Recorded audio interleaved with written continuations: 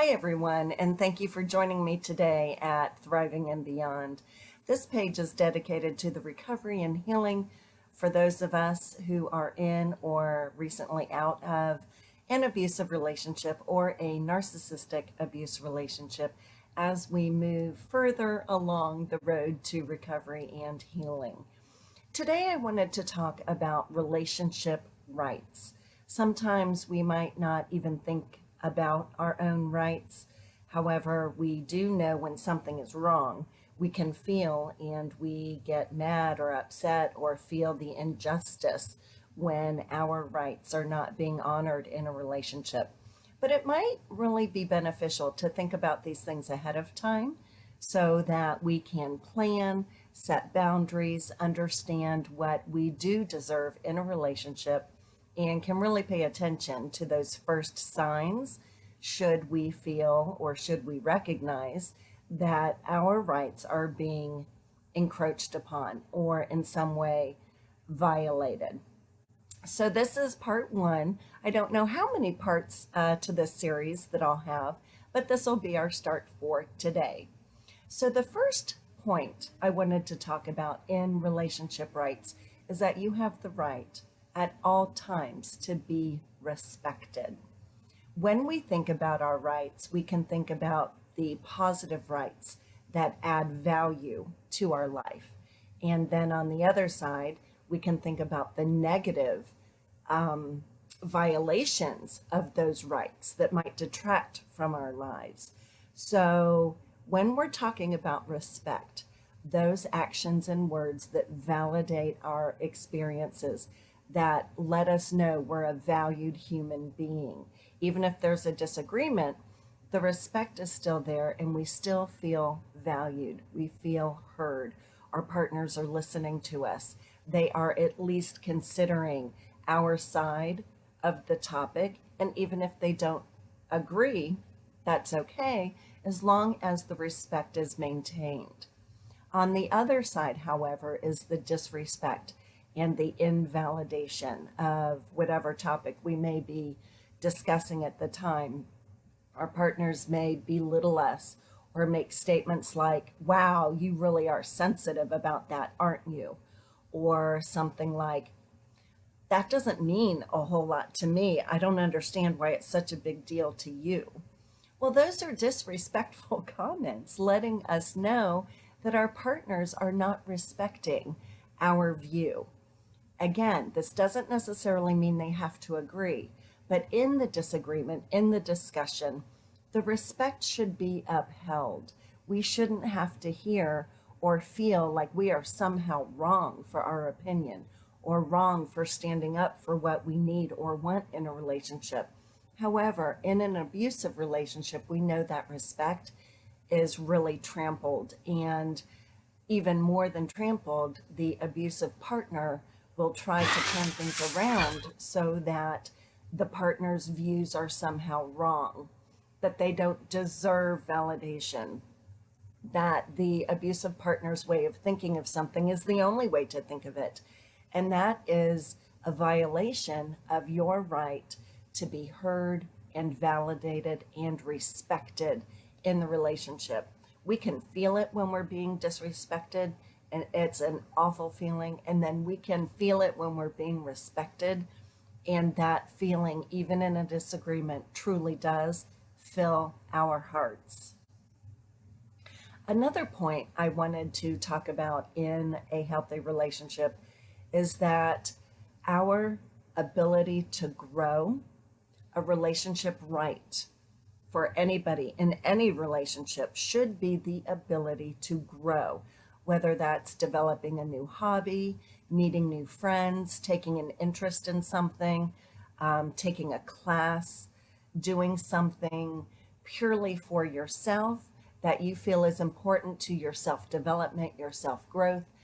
In a healthy relationship, everyone in any relationship really has the right, of course, to develop themselves, to grow. However, we do know in a narcissistic abuse relationship, those interests, those outside things that we might want to become involved with, they are belittled or made fun of, the narcissist will likely just turn away and not even want to talk about it. And you know why? Because it doesn't serve them in any way. Add to that the additional step that a narcissist doesn't want you to grow. The narcissist or an abusive partner sees any self development as a threat. Your development is up to you, and you have a right to it, whatever that may look like, whether it's a college class or, again, new hobbies, maybe taking a music class or an art class. But the abusive person or the narcissist will feel threatened and somehow belittle or disrespect or even make fun of what you are interested in. That is a violation of your rights in a safe relationship. Another item I wanted to talk about today, and this will be the last point, is consistency. And when we are able to rely on our partners, even a friend or a coworker, that sense of consistency and reliability fills us with a sense of having a basis of foundation of safety, security, and stability. That consistency adds to our lives and adds to the relationship. Maybe somebody has an off day or even an off week and they can't be there for us all the time, 100% of the time. That's okay, because overall, in general, through the length of the relationship, we do see that consistency. There is a lot of give and take, of course, in a relationship, so we cannot expect someone 100% of the time under every single circumstance to be able to be consistent. But by and large, over the length of the relationship, we know we have a reliable partner. They are there for us. We can depend on them. They listen to us.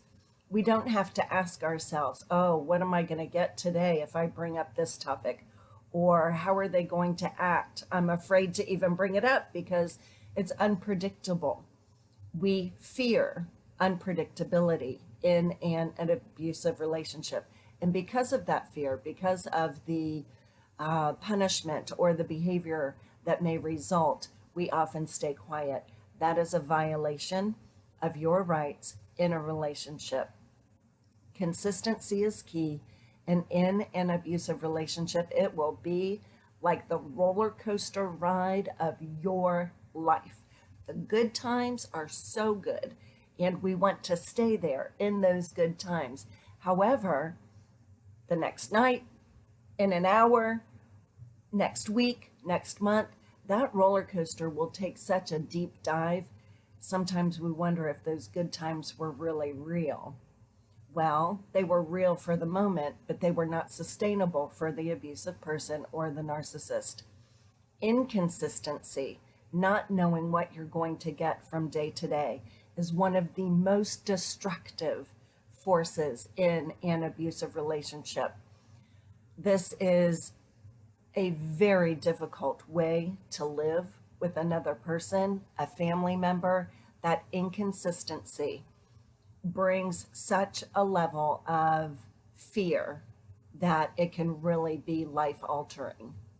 So I appreciate you being here today. Please subscribe if you haven't already. And again, this is just part one of a series of relationship rights.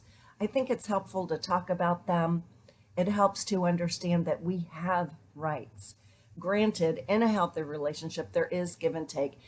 No one's going to hit it out of the park 100% of the time. And again, that's okay, because in the long term, over the length of the relationship, the positive factors far outweigh the negative. So thank you for joining me. Please subscribe as mentioned. I appreciate you being here. As we travel along this road to recovery and healing, please stay the course and have faith in this journey. I appreciate you being here, and I'm sending you blessings. Until next time, I'll see you soon.